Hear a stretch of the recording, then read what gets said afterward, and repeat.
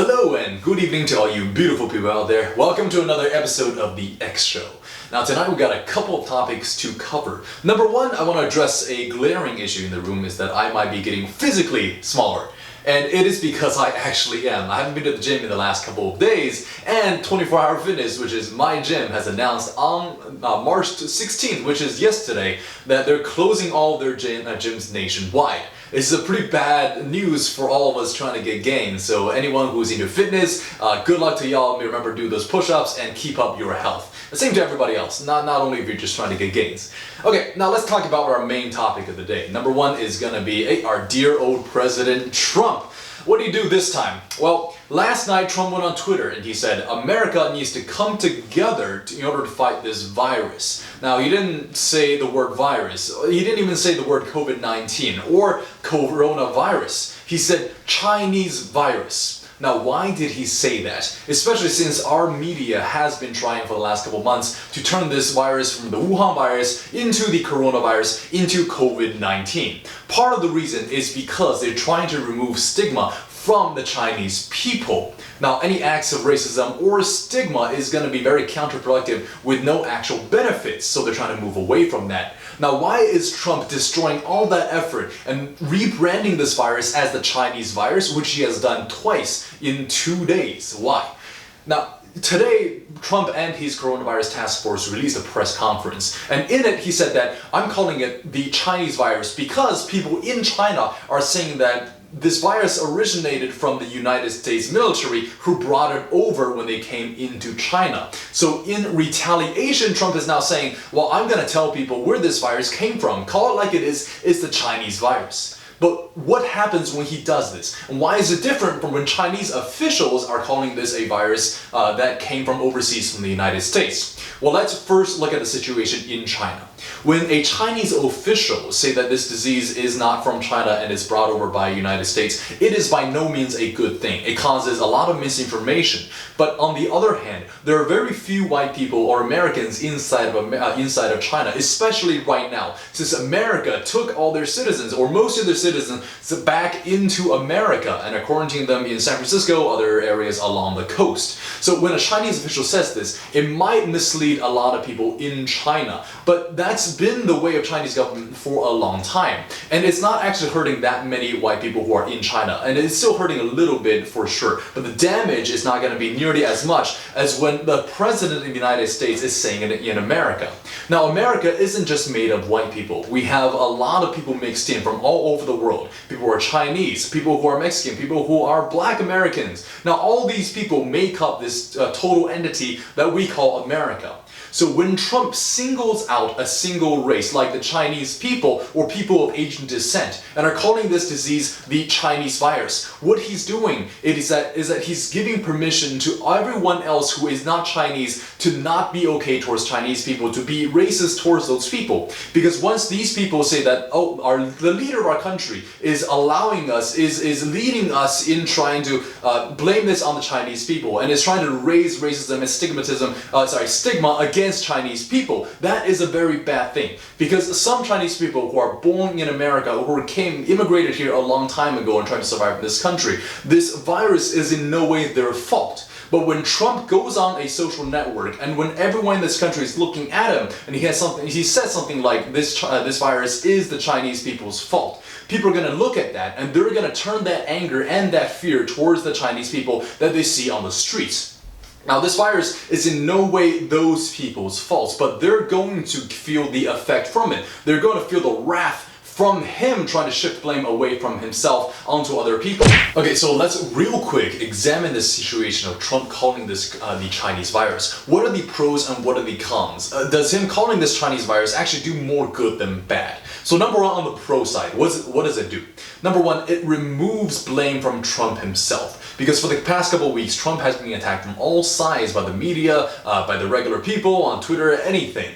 Because the stock market and the Americans' economy, for which he has been so proud of, he's been so boastful about, these things are now going down into the toilet. They're decreasing. The Dow Jones Index have been falling by 1,000 to, when it's most dramatic, 3,000 points in one day. Situations like this are making Trump very nervous. So he's calling this virus the Chinese virus in order to remove some blame from himself and shift it to anybody else. Doesn't matter who it hurts, he just wants to shift it away from himself. And that really is it for the pros. I cannot really think of anything else. So if anybody can actually think of other pros, feel free to leave it down to the comment section below and we can talk about it then. But as of now, that is the only pro I see in this case. So what are the cons? People who are of Chinese descent in America are now going to become targets of racism and stigma. Now, some people might be making some pranks like chasing an old lady around with a Purell bottle. But other people who are not as clear-minded, who are not as logical, they might take this one step too far and do something that's actually physically violent, just like the San Francisco old man who was collecting recyclables when he was actually physically assaulted. So cases like this is only going to get worse when the President of the United States, who is supposed to cover everyone in America, protect everyone in America, says something that targets one specific group of ethnicity or one specific group of people. So in cases like this, if anybody gets hurt, the blood of those people are gonna be on Trump's hands. So the pros and cons in this case looks like Trump is only doing this for himself and there are no actual benefit beside him removing blame from himself. And the downside is that people can actually get hurt over this. So we need to do something as a society, be responsible, and we need to come together as Americans and not just as white people, not as just as Asian people, not as just people of a particular race. We need to come together because to the virus, we're all just people.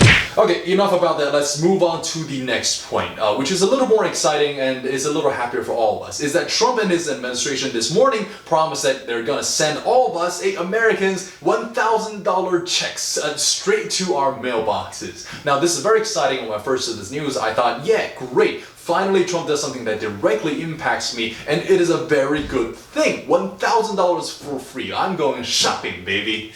But then I thought about it. Are we actually going to get this $1,000 check?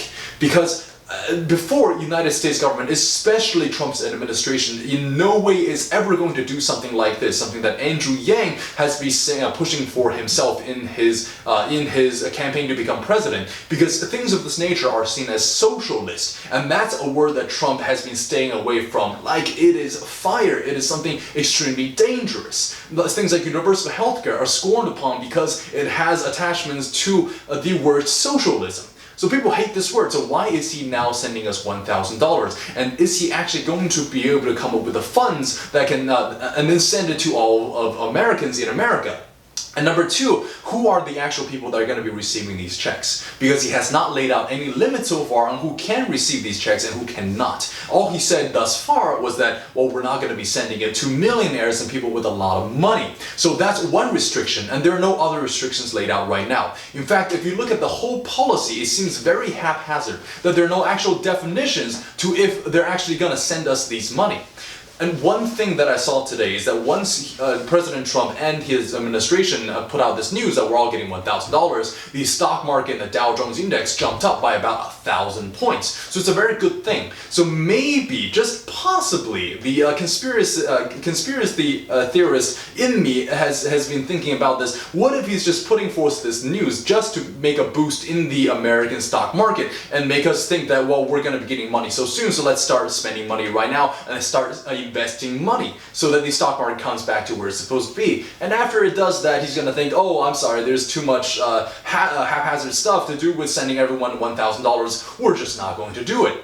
Now, the only timeline they gave us on this $1,000 check to each one of us is that he's going to try to do it very soon. And people around him are saying we're trying to do this as soon as possible. So we don't really have a time frame on if we're getting this check or not. So everybody, if you're listening to this and you saw Trump's speech this morning about giving us $1,000 checks, don't put your hopes too high. Let's celebrate when we actually do get the checks. And number two, is this action, sending everyone $1,000 checks, actually going to be an effective way to boost the economy? Because some people might actually just put it into savings, and I think a lot of people will. And some people might just go out and buy things that can totally not affect the economy at all. and some people might just be spending on things like drugs or booze, something that President Trump has been fighting very much against. Because when you give somebody $1,000, you cannot control how they spend it. That's the main thing, and that's the main loophole I see in this plan. But of course, I'm not going to be opposed to getting free money, especially $1,000. It is a lot. So fingers crossed that this is actually a real thing and not just a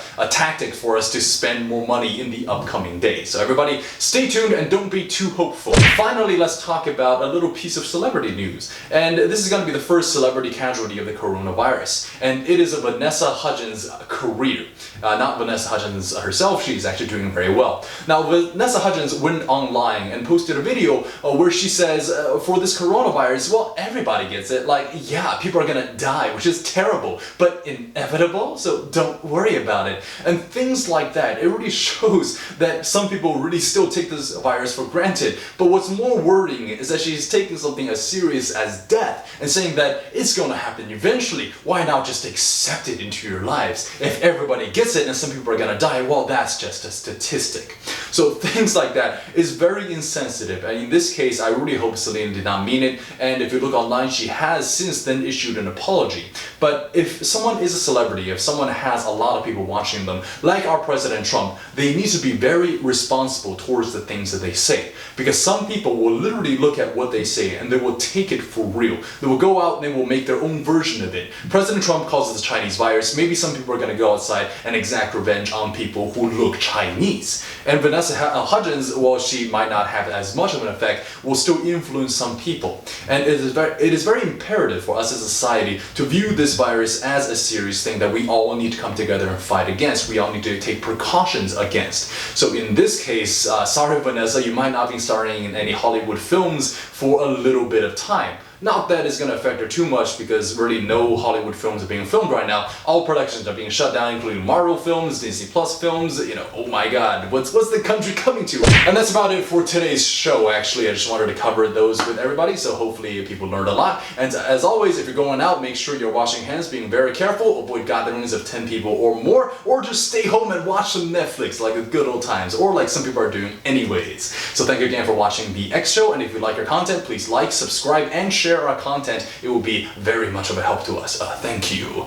But thank you so much for watching, and have a good night. We'll see you next time. Bye-bye.